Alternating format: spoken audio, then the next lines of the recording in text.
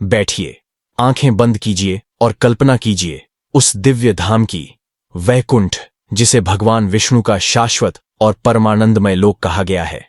वैदिक ब्रह्मांड विज्ञान और सनातन दर्शन में इसका अत्यंत महत्वपूर्ण स्थान है। इसे आत्मा की अंतिम और परम यात्रा का धाम माना गया है। एक ऐसा लोक जो न समय की सीमा में बंधा है, न ही भौतिक जगत की किसी भी परिधि में आता है। इस ऑडियो में हम जानेंगे वैकुंठ के स्वरूप, उसकी विशेषताओं और उसके गहरे आध्यात्मिक अर्थ को। हम प्राचीन शास्त्रों के माध्यम से इसके रहस्यों को समझने का प्रयास करेंगे। यदि आप भी जानना चाहते हैं कि श्रीधाम वैकुंठ वास्तव में क्या है, तो इस यात्रा में हमारे साथ अंत तक बने रहें। और हां, यदि आपने अभी तक चैनल सब्सक्राइब नहीं किया है तो अभी कर लें। वैकुंठ, जिसका शाब्दिक अर्थ है चिंता और बंधन से रहित, यह केवल एक अदृश्य लोक नहीं बल्कि एक चेतना है। एक ऐसी अवस्था जहां सच्चिदानंद और शुद्ध ज्ञान अपने चरम रूप में प्रकट होते हैं। वेद, पुराण और उपनिषद इस दिव्य धाम की महिमा में गहराई तक उतरते हैं। वैकुंठ वह क्षेत्र है जहां माया या भ्रम की कोई सत्ता नहीं चलती। वहां प्रत्येक आत्मा परम पुरुष नारायण की सेवा में संलग्न रहती है, पूर्ण भक्ति और निर्मल प्रेम के साथ। यह स्थान न केवल देवों के लिए वंदनीय है, बल्कि असुर भी वहां शुद्ध भक्ति भाव से भगवान की आराधना करते हैं। वैकुंठ वास्तव में वह दिव्य क्षेत्र है जहां केवल एक ही सत्ता है, शुद्ध भक्ति। तो आइए समझने की कोशिश करते हैं, वैकुंठ वास्तव में है क्या। वैकुंठ, जिसे श्रीमद् भागवत, विष्णु पुराण और अनेक अन्य वैदिक ग्रंथों में विस्तार से वर्णित किया गया है, वह स्थान है जहां भगवान विष्णु अपनी शाश्वत अर्धांगिनी माता लक्ष्मी के साथ निवास करते हैं। यह कोई सामान्य या भौतिक स्थान नहीं, बल्कि सर्वोच्च आध्यात्मिक धाम है। एक ऐसा क्षेत्र जो अनादि और अनंत है, जहां भगवान अपनी दिव्य महिमा के साथ निवास करते हैं। यह लोक, जिसे परव्योम कहा गया है, भौतिक सृष्टि से परे है।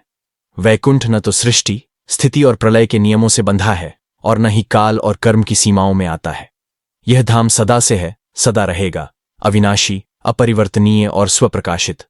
जहां भौतिक ब्रह्मांड परिवर्तन और नश्वरता का प्रतीक है, वहीं वैकुंठ नित्य सौंदर्य, दिव्यता और आनंद का शुद्धतम क्षेत्र है। श्रीमद् भागवत में उल्लेख आता है, सर्गो न मम यह, अर्थात वह धाम किसी सृष्टिकर्ता का रचा हुआ नहीं है, वह स्वयं में ही पूर्ण और प्रकाशित है। वैकुंठ वह स्थान है जहां भगवान विष्णु अनंत स्वरूपों में प्रकट होते हैं और हर रूप में दिव्यता, करुणा, सौंदर्य और पूर्णता की झलक मिलती है। यह उन आत्माओं का निवास है जिन्होंने जन्म और मृत्यु के चक्र को पूरी तरह पार कर लिया है, जिनका हृदय केवल प्रेम और भक्ति से भर चुका है। वे मुक्त जीव वहां भगवान की सेवा में तल्लीन रहते हैं और शाश्वत सुख का अनुभव करते हैं। इस दिव्य लोक के निवासी भी स्वयं में प्रकाशमान होते हैं। उनके शरीर दिव्य आभा से युक्त होते हैं। वे रत्न जड़ित मुकुट और चमचमाते वस्त्रों में सुशोभित होते हैं और उनकी उपस्थिति से वातावरण स्वयं धन्य हो जाता है। वैकुंठ लोक के निवासी केवल दिव्य तेज और भक्ति से ही नहीं, बल्कि अद्भुत वैमानिक सुविधाओं से भी युक्त होते हैं। वे ज्योतिर्मय विमानों में विचरण करते हैं, जो उनकी चेतन अवस्था और आध्यात्मिक समृद्धि को दर्शाते हैं। शास्त्रों में वर्णित एक श्लोक इस बात को स्पष्ट करता है कि वैकुंठ के वासी परम समृद्ध, दिव्य तेज से युक्त और पूर्णता की अवस्था में स्थित होते हैं। यह लोक न सृष्टि की उत्पत्ति से जुड़ा है और न ही प्रलय की समाप्ति से। वैकुंठ अनादि है, अविनाशी है और काल की गति से परे है। यहां समय का काम कुछ नष्ट करना नहीं, बल्कि प्रेम और आनंद की अनुभूति को निरंतर नवीनता देना है। वैकुंठ में हर क्षण आनंदमय है। हर अनुभव, हर स्मृति एक नए प्रकाश की तरह प्रकट होती है। यह धाम दिव्य वास्तुकला का एक ऐसा अद्भुत उदाहरण है जो किसी कल्पना से भी आगे की बात प्रतीत होती है। स्वर्ण से बने भव्य महल, रत्नों से जड़े मार्ग और दिव्यता से भरपूर उद्यान इसकी शोभा को और भी अलौकिक बनाते हैं। विष्णु पुराण और पद्म पुराण जैसे शास्त्र इस लोक का ऐसा वर्णन करते हैं जहां हर वस्तु, चाहे वह वृक्ष हो, नदी हो या पर्वत, चेतन है और भगवान की भक्ति में लीन रहती है। यहां नदियां अमृतमय जल से बहती हैं, वृक्ष मन की इच्छाओं को फल देते हैं और भूमि स्वयं दिव्य रत्नों की आभा से प्रकाशित रहती है। जहां हमारे भौतिक लोक में अंधकार और प्रकाश का आना जाना लगा रहता है, वहीं वैकुंठ में कोई रात नहीं होती। वहां का हर कण भगवान की दिव्य प्रभा से स्वप्रकाशित होता है। इस प्रकाश को ब्रह्म ज्योति कहा गया है। एक शांत, शीतल और अनंत प्रकाश जो केवल देखने में नहीं बल्कि चेतना में अनुभव किया जाता है। वैकुंठ का दिव्य प्रकाश केवल वहां की भूमि को ही नहीं बल्कि पूरे वातावरण को एक शाश्वत चमक और शांति से भर देता है। यह कोई सामान्य रोशनी नहीं बल्कि वह ब्रह्म ज्योति है जो परम आनंद और शांति का स्रोत है। इस दिव्य लोक में वे आत्माएं निवास करती हैं जिन्होंने जन्म मृत्यु के चक्र को पार कर लिया है। मुक्त जीव और नित्य सूर्य जो सदा सदा के लिए भगवान विष्णु के सेवक और उनके परम सखा हैं। गरुड़, अनंत शेष और नारद मुनि जैसे दिव्य जीव यहां भगवान की सेवा और भक्ति में लीन रहते हैं, बिना किसी विराम के, बिना किसी स्वार्थ के। यहां हर आत्मा के पास ऐसा दृष्टि ज्ञान होता है जिससे वह लक्ष्मीपति भगवान विष्णु के दर्शन हर क्षण कर सकती है। उनका सान्निध्य ही सभी इच्छाओं को शांत करता है क्योंकि वही तो परम कल्याण के स्रोत हैं। वैकुंठ में प्रवेश के लिए आत्मा को 7 दिव्य द्वारों से होकर गुजरना होता है। ये 7 द्वार कोई बाहरी सीमा नहीं बल्कि आत्मा के आध्यात्मिक शुद्धिकरण और विकास की 7 अवस्थाओं का प्रतीक है। हर द्वार पर दिव्य संरक्षक होते हैं जो केवल उन्हीं आत्माओं का स्वागत करते हैं जो मोह, वासनाओं और अहंकार को पीछे छोड़ चुकी होती हैं। हर द्वार किसी विशेष गुण या आध्यात्मिक बोध का प्रतिनिधित्व करता है। 1. पहला द्वार वैराग्य यानी संसारिक आसक्तियों और भौतिक इच्छाओं से मुक्त होने की अवस्था। 2. दूसरा द्वार संयम, इंद्रियों और चंचल मन को नियंत्रण में रखना। तीसरा द्वार भक्ति, भगवान के प्रति अखंड प्रेम और समर्पण। चौथा द्वार ज्ञान, आत्मा के शाश्वत स्वरूप और उसकी पहचान का बोध। 5वां द्वार विनय अर्थात पूर्ण नम्रता और ईश्वर पर निर्भरता को स्वीकार करना। 6ठा द्वार श्रद्धा, भगवान की कृपा, उनकी योजना और मार्गदर्शन में अटूट विश्वास। 7वां द्वार शरणागति, भगवान की इच्छा में पूर्ण समर्पण और आत्मनिवेदन। इन 7 द्वारों को पार करना आत्मा की परिपक्वता और ईश्वर के निकट पहुंचने की यात्रा का प्रतीक है। यह यात्रा अंततः हमें वहां ले जाती है जहां भगवान विष्णु अपने 4 भुजाओं वाले दिव्य रूप में विद्यमान रहते हैं, सौंदर्य, शक्ति, करुणा और भक्ति का प्रतीक बनकर। भगवान विष्णु वैकुंठ में अपने 4 भुजाओं वाले दिव्य स्वरूप में विराजमान होते हैं।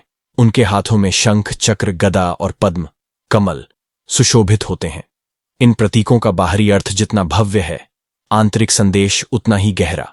शंख से धर्म की ध्वनि गूंजती है, चक्र से अधर्म का नाश होता है, गदा बल और संरक्षण का प्रतीक है और कमल आत्मा की पवित्रता और दिव्यता का द्योतक। वैकुंठ की प्राप्ति केवल किसी दिव्य स्थान तक पहुंचने का नाम नहीं, यह मुक्ति का अंतिम चरण है।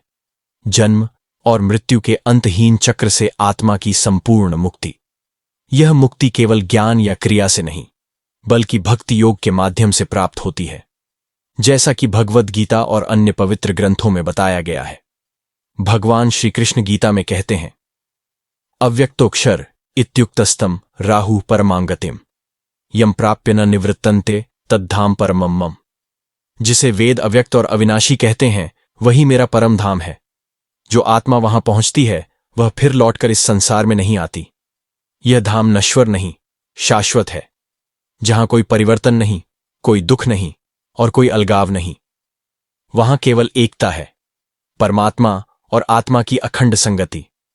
वैकुंठ में जो सेवा होती है वह कोई दायित्व नहीं, वह तो आनंद और प्रेम की स्वाभाविक अभिव्यक्ति होती है।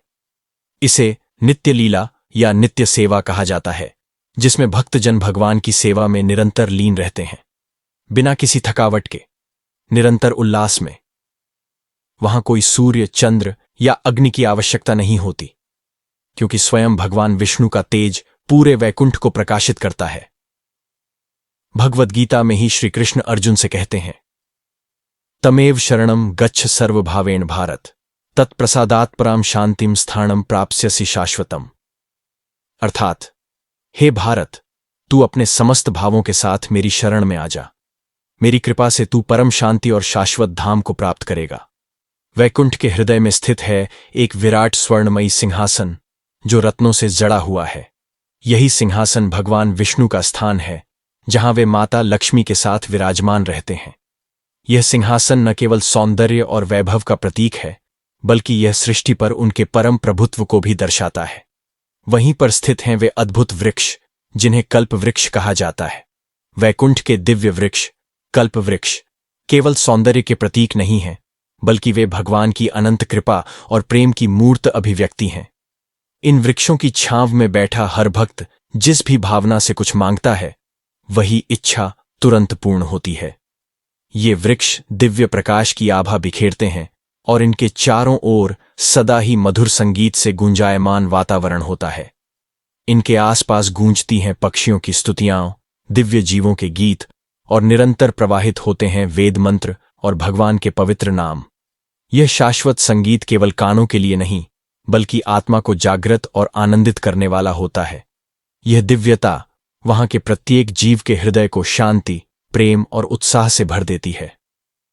वैकुंठ के सरोवरों में खिले होते हैं रंग बिरंगे कमल, जो केवल सुंदरता का प्रतीक नहीं, बल्कि आध्यात्मिक जागरण और पवित्रता का संकेत हैं। उनकी सुगंध पूरे वातावरण को महका देती है, जैसे कोई दिव्य भाव हर दिशा में बिखर गया हो। यह लोक भक्ति, करुणा और शुद्ध प्रेम से परिपूर्ण है। यहां का प्रत्येक निवासी भगवान विष्णु के साथ एक शाश्वत प्रेमपूर्ण संबंध साझा करता है, जो किसी भी सांसारिक प्रेम से परे होता है। यह प्रेम पूरी तरह निस्वार्थ, निर्मल और अखंड भक्ति पर आधारित होता है। भगवद गीता में भगवान श्री कृष्ण एक अत्यंत मार्मिक सत्य उजागर करते हैं। अंतकाले च मामेव स्मरण मुक्त्वा कलेवरम य प्रयाति समद्भावम याति नास्ति अत्र संशयः। अर्थात जो व्यक्ति अपने अंतिम क्षण में केवल मेरा ही स्मरण करता हुआ शरीर त्यागता है, वह निश्चित रूप से मुझे प्राप्त करता है। इसमें कोई संदेह नहीं। यह श्लोक स्पष्ट करता है कि अनन्य भक्ति और अंतिम क्षणों में ईश्वर का स्मरण ही मोक्ष और वैकुंठ प्राप्ति का मुख्य द्वार है। यदि आपने इस दिव्य यात्रा से कुछ सीखा हो, कुछ अनुभव किया हो, तो इस वीडियो को लाइक करें, कमेंट में अपने विचार साझा करें और चैनल को सब्सक्राइब करना न भूलें। हम फिर मिलेंगे एक नई, गूढ़ और ज्ञानवर्धक श्रृंखला के साथ। तब तक के लिए जय श्री राम।